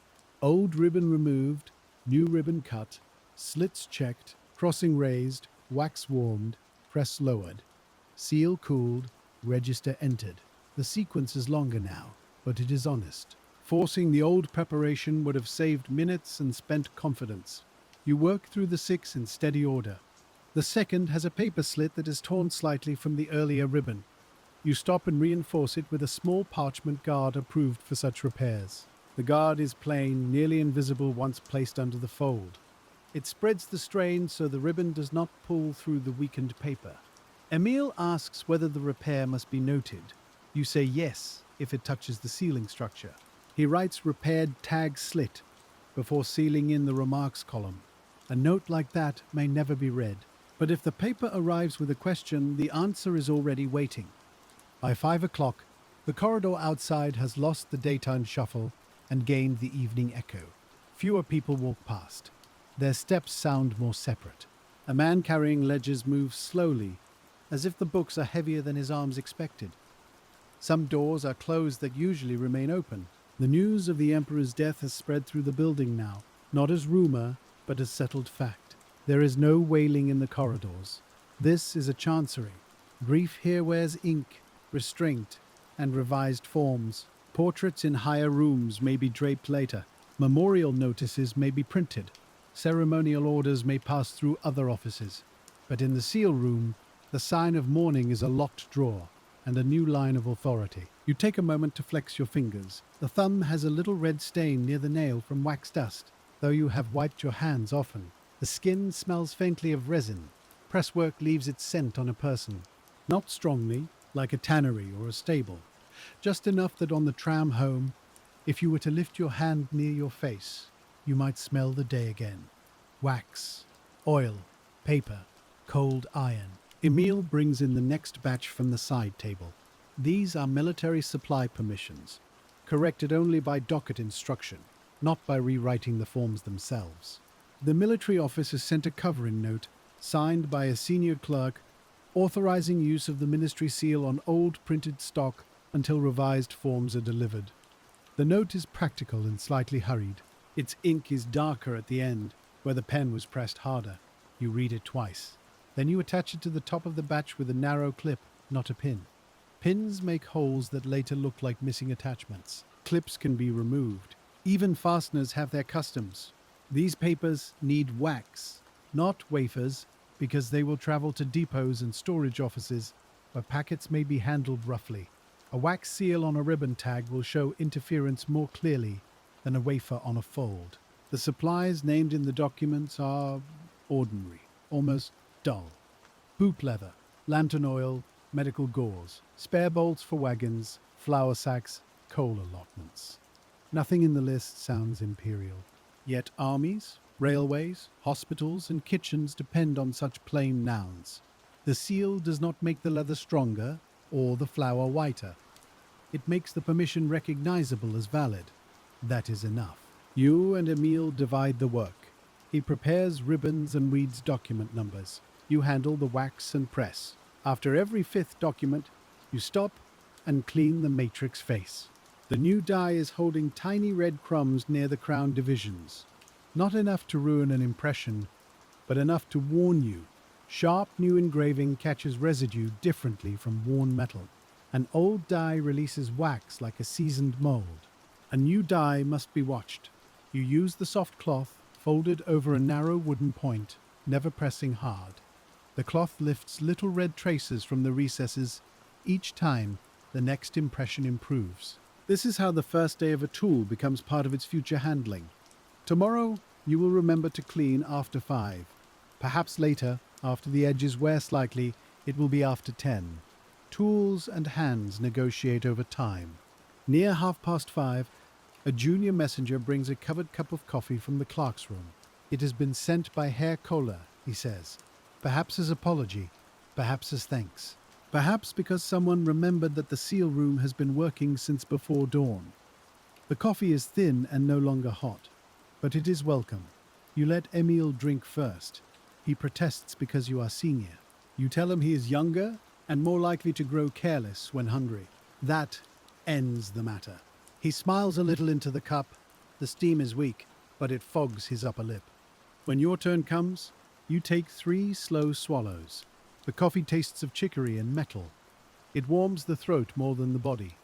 Still, there is comfort in being remembered by another office. A seal room can feel like a hinge no one sees until it squeaks. Tonight, people are hearing the hinge. The military permissions take nearly an hour. The last 3 are delayed by damp ribbon. The roll from which they were cut must have sat too close to an outer wall, and the fibers feel limp. Damp ribbon behaves badly under wax. It can steam slightly or cool the lower bed unevenly, leaving a shallow impression in the center. You set the 3 strips near the stove, not on it, and wait. Waiting for ribbon to dry feels foolish to anyone who has not seen a seal fail from wet cloth. You have seen it, so you wait. Emile uses the time to sharpen the wax knife on a fine stone. The motion is soft. Forward, lift. Forward, lift. He wipes the blade on cloth and tests it on a spoiled wax edge. A clean cut tells him the edge is ready. The room is not idle. It is preparing its next correctness. When the ribbon has lost its damp feel, the final military papers are sealed. All pass inspection. You enter the batch completion time as 6:20 in the evening. The number sits in the ledger like any other time, though the day has not been like any other day. The evening courier's second bag closes at 6:30. You carry the finished military batch yourself to the outgoing shelf, because the stack is thick and the seals must not knock against one another. Fresh wax can be hard on the surface and still tender at the base. If pressed too soon under another bundle, it may flatten at one edge. So each sealed document rests with a small guard sheet between it and the next. The guard sheets are cut from clean waste paper. They are not official, but they protect official work. Much of office craft lies in such humble protections. A cloth cover, a guard sheet, a pencil note, a ribbon dried before use. Things no decree names, yet without them decrees travel poorly. The courier arrives again, this time with an assistant. The bags are fuller. The corridor smells of damp leather and outdoor air each time the door opens. The courier reads from his list. You answer from the outgoing shelf. Emile reads the register numbers. The assistant repeats the destination softly as he packs. The four voices create a low pattern. Railway, Galicia. Entered. Packed. Military supply, Moravia Depot. Entered. Packed. Provincial appointment. Bukovina. Entered. Packed. Each document leaves the room only after being matched in speech and writing. This may seem slow. It is faster than searching tomorrow for a paper sent under the wrong cover. When the bag is nearly closed, the courier asks whether any court correspondence is ready. You say no. Awaiting revised authority, he writes it down. No one argues. The strap is pulled tight. The brass buckle knocks once against the table edge. The courier seals the pouch and lifts it. The bag is heavy enough that he shifts it onto his hip before stepping into the hall.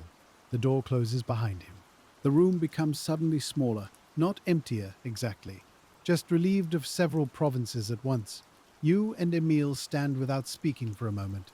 The stove ticks. The lamp gives a tiny hiss at the wick.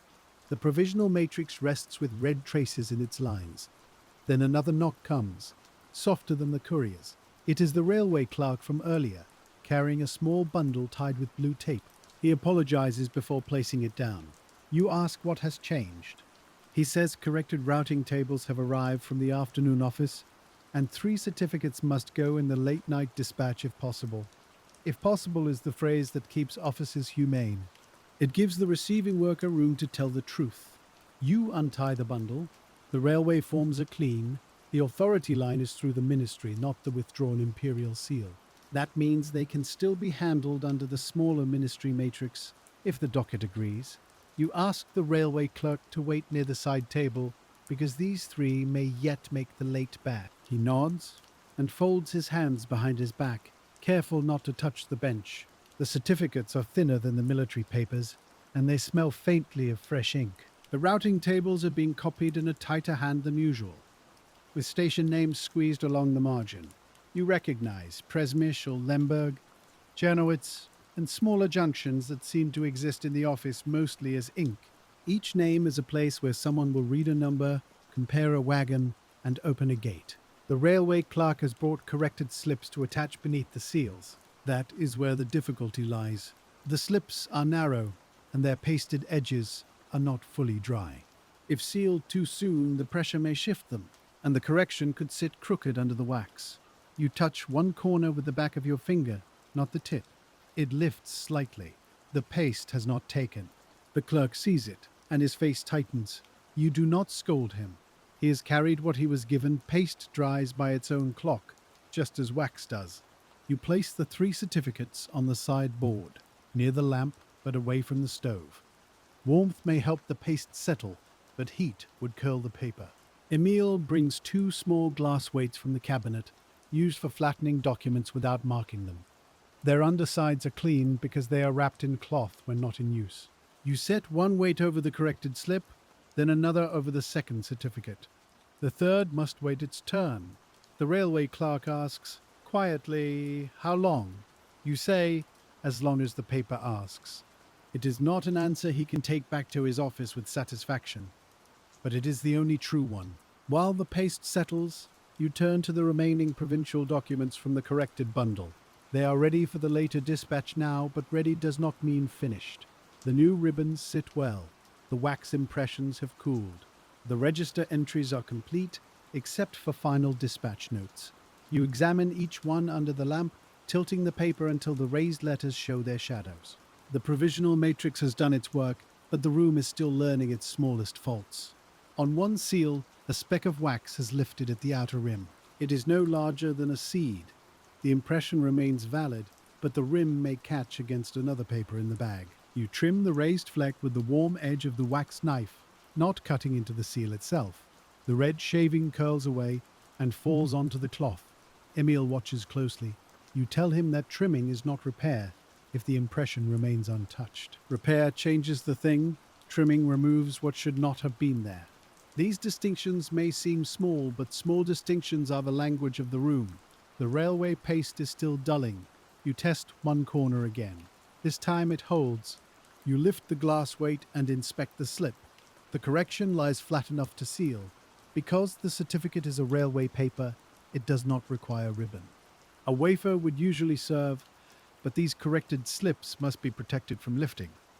So the clerk's docket requests a small wax seal at the lower fold, using the ministry matrix. You agree.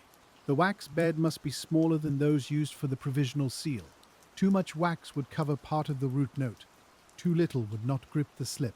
You cut a narrow piece, warm it until it bends, and press it into an oval with the knife blade.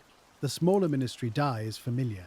It descends more briskly than the new matrix, and the old feel returns to your hand for a moment. The impression is clean, not deep, not grand. Exactly right for a railway correction that must survive a pouch and a receiving desk.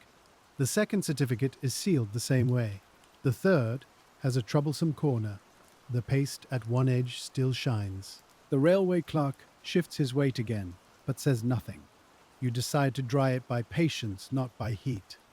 Emile places the glass weight on it, then sets a clean blotting paper over the loose edge. Blotting paper is soft, thick, and thirsty. It takes the extra moisture without dragging the ink if it is lifted gently. You wait through another small interval of work. During that waiting, a messenger from the military office brings a late note asking whether any unused black wax has been opened.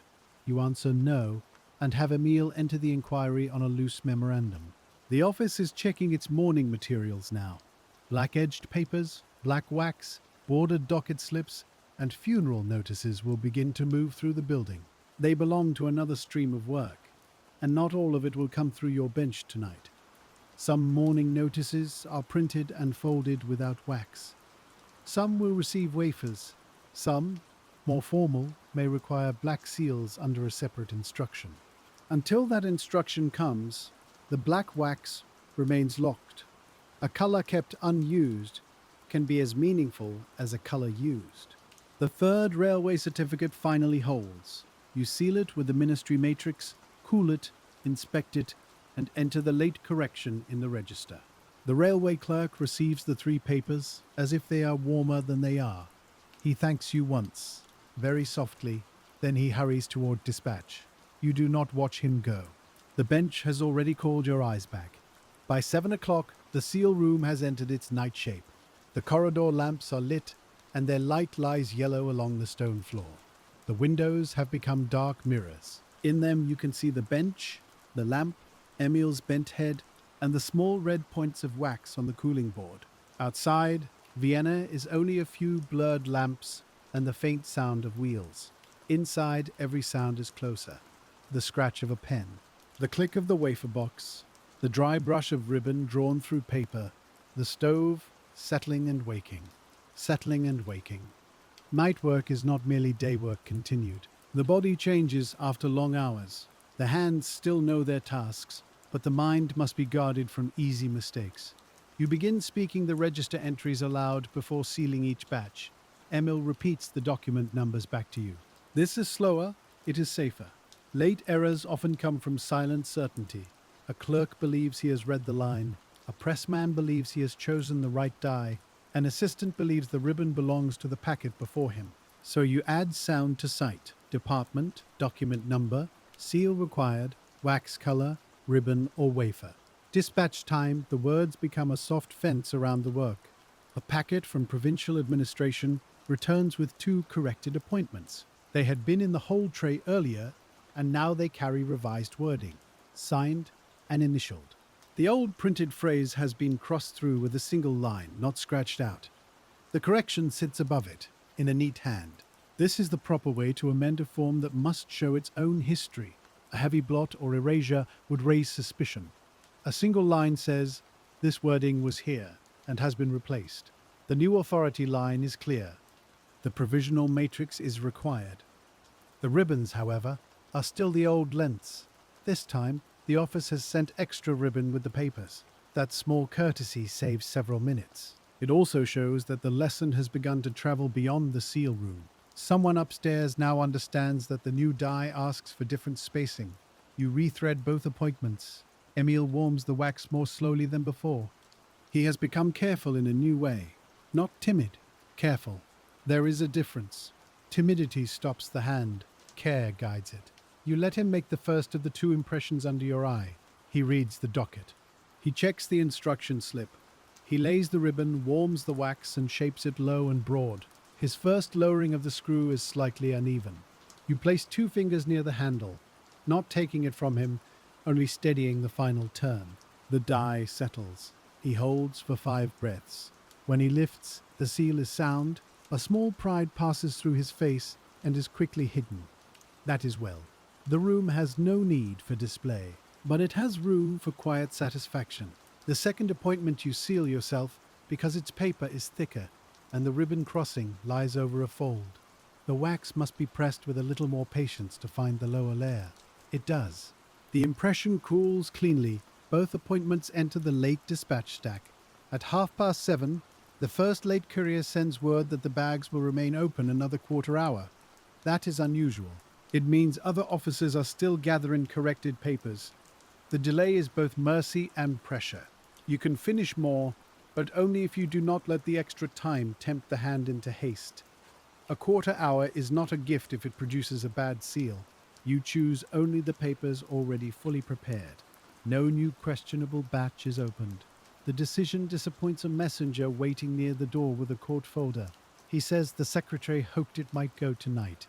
You ask whether the revised authority has been confirmed in writing. He looks down. It has not. Then it cannot go. He does not argue. Perhaps he has argued in other rooms already and has used up the part of himself that expected victory. You place the court folder in the hold tray. It sits there with several others, bearing old headings, old phrases, and fresh uncertainty. Court correspondence is often more delicate than supply paper. Its language carries rank, style, precedence, and memory. Changing a line in such a document is not like changing a wagon route. It may require the attention of men whose whole work is the order of words. The seal room waits beneath that work. The courier's quarter hour passes quickly. You add 4 more finished papers to the late stack. Each one is matched, spoken, inspected, and entered. The courier arrives with his assistant, and the room briefly fills with leather, damp wool, and the careful energy of departure. He has removed his hat, but not his gloves. His fingers are cold enough that he flexes them before touching the dispatch list. You place the documents on the side table, not the bench. The bench remains for work. The side table is for transfer. The courier reads the first destination. Emil answers with the register number. You confirm the seal used. The assistant places the paper in the proper inner packet. There are packets within bags, bags within routes, routes within train schedules. The world outside may seem wide and confused, but the dispatch table tries to make it narrow enough to handle. One provincial paper is missing from the courier's list. It is present on your shelf. The courier frowns. Emil checks the register. The paper was added after the list came down. The dispatch note from the provincial office is clipped behind the docket, not in front. There is the cause. A small misplacement of paper has made a temporary absence. You unclip the note, show the courier, and he adds the document by number. No irritation is needed. The error has been found before departure. That is enough.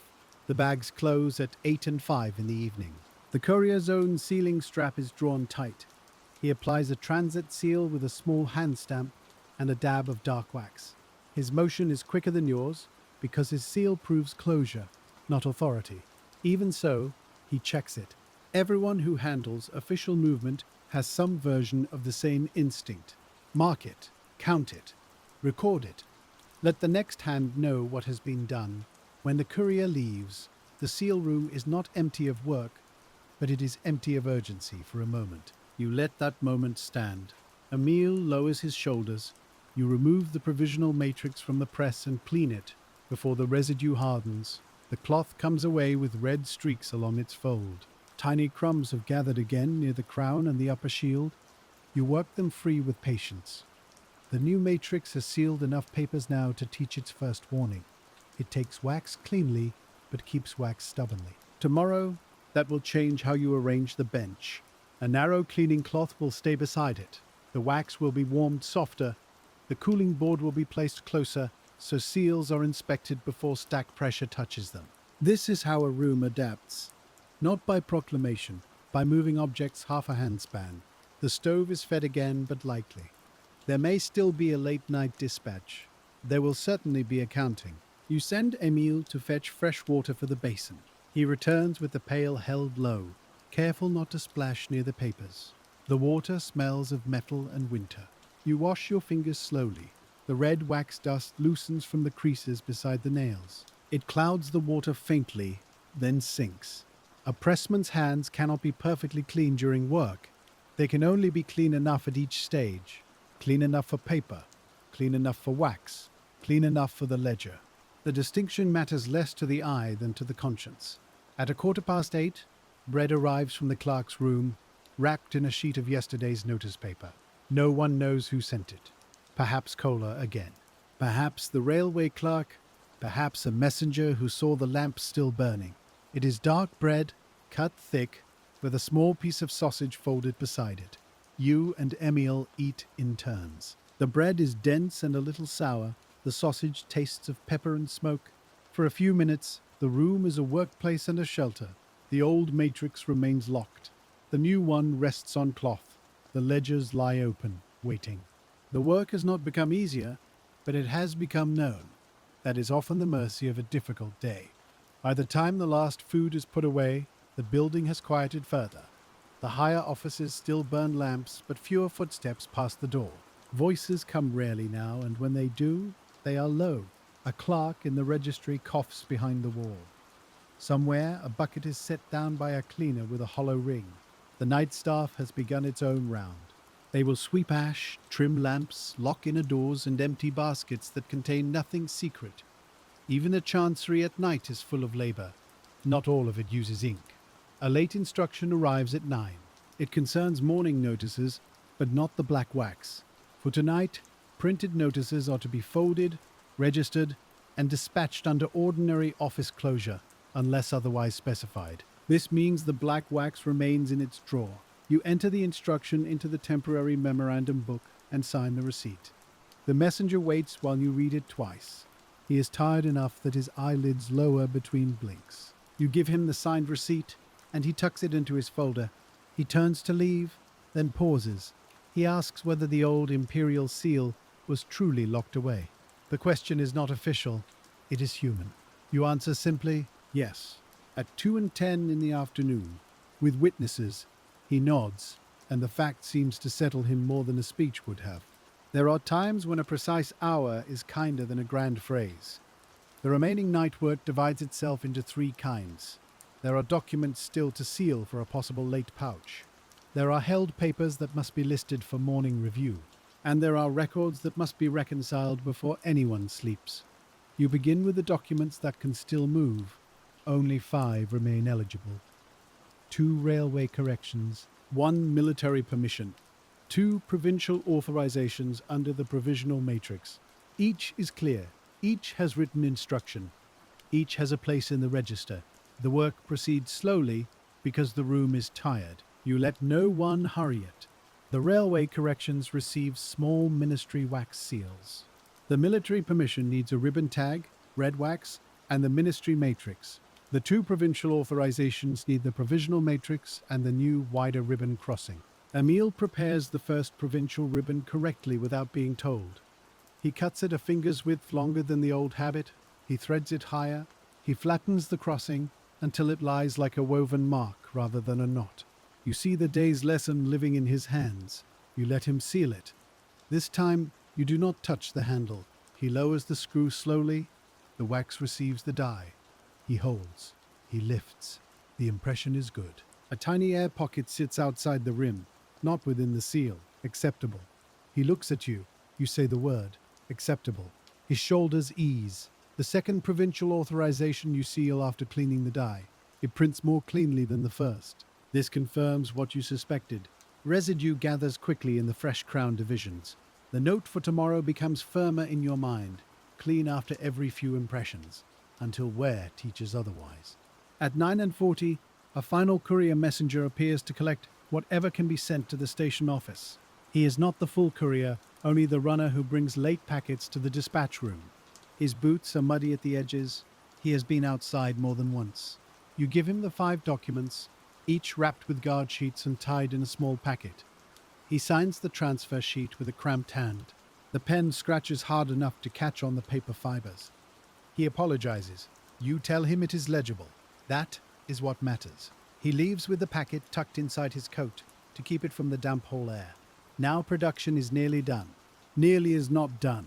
The remaining papers still have to be accounted for, because a document not sealed tonight must not vanish into the morning's confusion. You draw the hold tray to the center of the bench. It is heavier than it should be.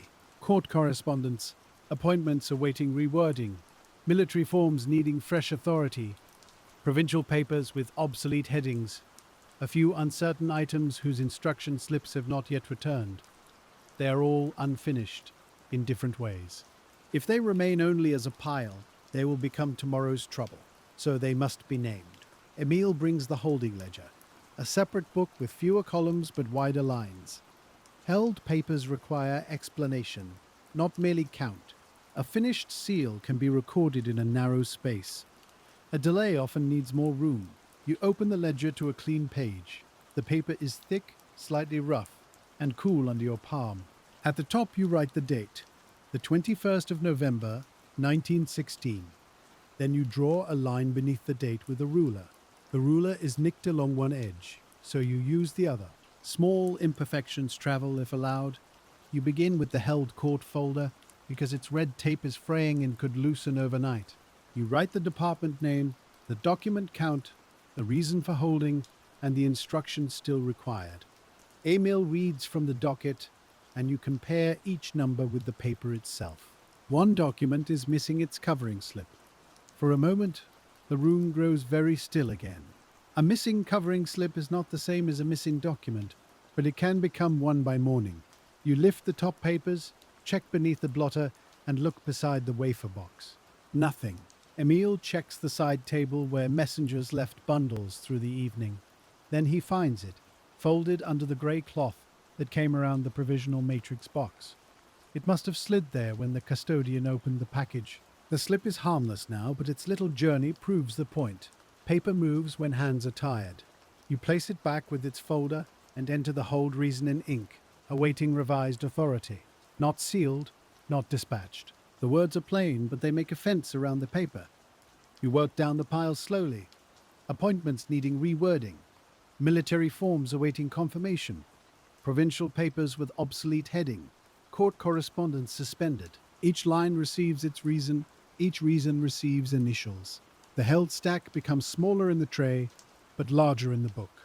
That is the way of records. They take loose uncertainty and turn it into arranged ink. Near 10 and 15, Emile adds the counts aloud.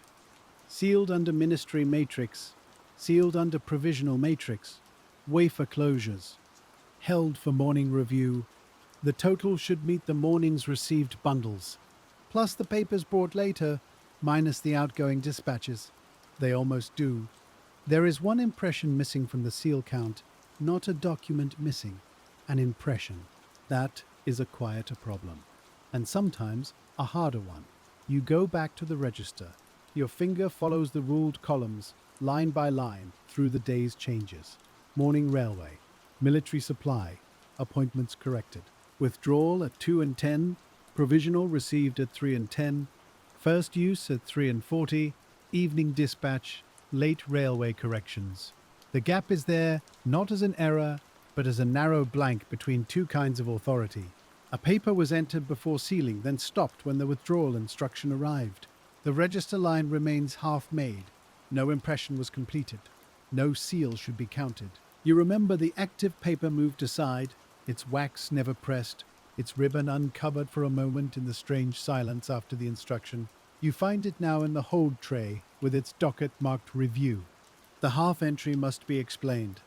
If left alone, it will look tomorrow like a forgotten act. You dip the pen once more. In the remarks column, you write that the entry was opened before withdrawal notice. No impression made. Paper transferred to hold for revised authority. You add the hour. You initial it. Then you have Emil initial beside you, because he witnessed the stop. The missing impression is no longer missing. It has become a non-event properly recorded. That may seem like a small triumph. Tonight, it is enough. You close the sealing register halfway, then open it again to check the final page. There, across the afternoon, the hand of the day changes.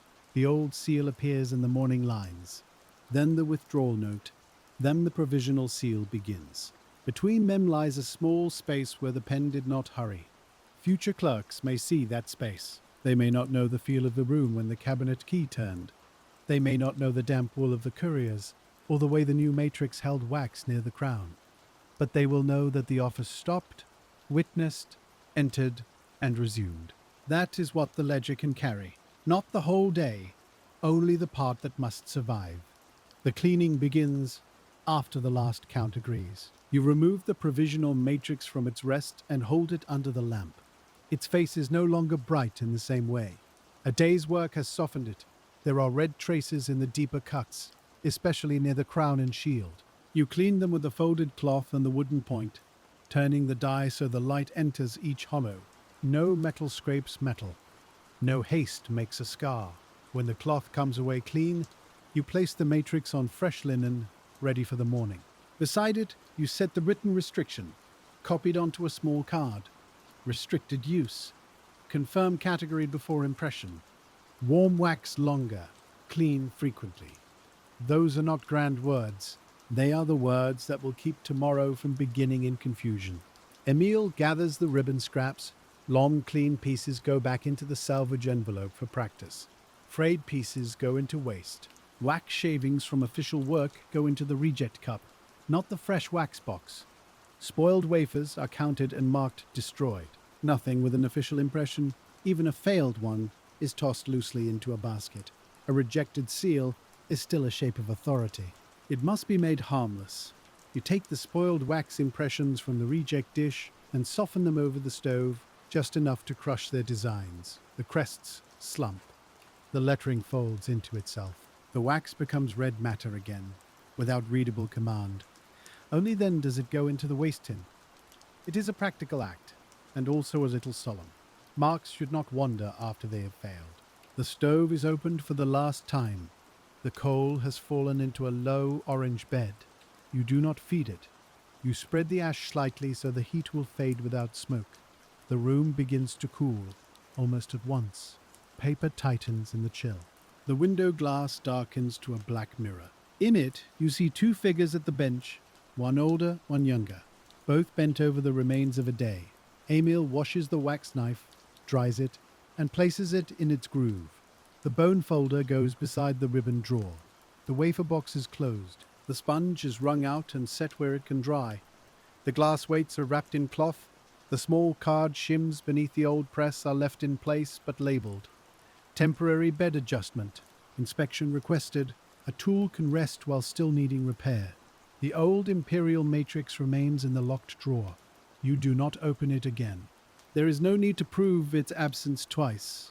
Still, before closing the room, you place your hand on the cabinet front and feel the faint coolness of the wood. Behind it, the metal waits in darkness, not destroyed, not displayed, only withdrawn. It holds the shape of a reign that has ended and will perhaps be examined someday by archivists with clean gloves and quiet voices. For now, it is simply not to be used. That is its new duty. The custody book receives the last entry. Cabinet checked, keys present, provisional matrix retained for morning work. Withdrawn matrix secured. You write the time as 11:05 at night. Emile signs below you. His signature is slower than in the morning. Tiredness makes it wider. You blot the ink carefully, then leave the page open until the shine is gone. A wet signature is a fragile thing. It looks finished before it is safe to touch. Many things are like that. Seals, paste, instructions, brief. You close the books one by one. The sealing register, the custody book, the holding ledger, the equipment book. Each cover makes a soft sound against the page block. The bench clears in stages until only the morning's necessary things remain. Fresh wax, clean cloth, the provisional matrix. The register placed beside it, you set them not as display, but as readiness. Tomorrow will not begin from nothing. It will begin from this arranged remainder. Emile puts on his cap and waits by the door while you take the keys. The lamp is turned low, the room changes color. Red wax becomes brown in the dimness. Brass loses its shine. The press looks less like a machine and more like furniture left in a sleeping house. You look once at the cooling board. It is empty now. All impressions have either gone out into the city, been recorded as held, or been made unreadable. The day has passed through the room and left its order behind. Outside the door, the corridor is colder. Your footsteps and Emile's move together for a few paces, then separate where he turns toward the lower stair. He says goodnight quietly. You answer the same way. No more is needed. The key ring rests in your palm with its familiar weight. It is the same weight it had before dawn, yet it has carried more than metal today. At the threshold, you turn back and lock the seal room. The bolt slides into place. Inside, the stove fades.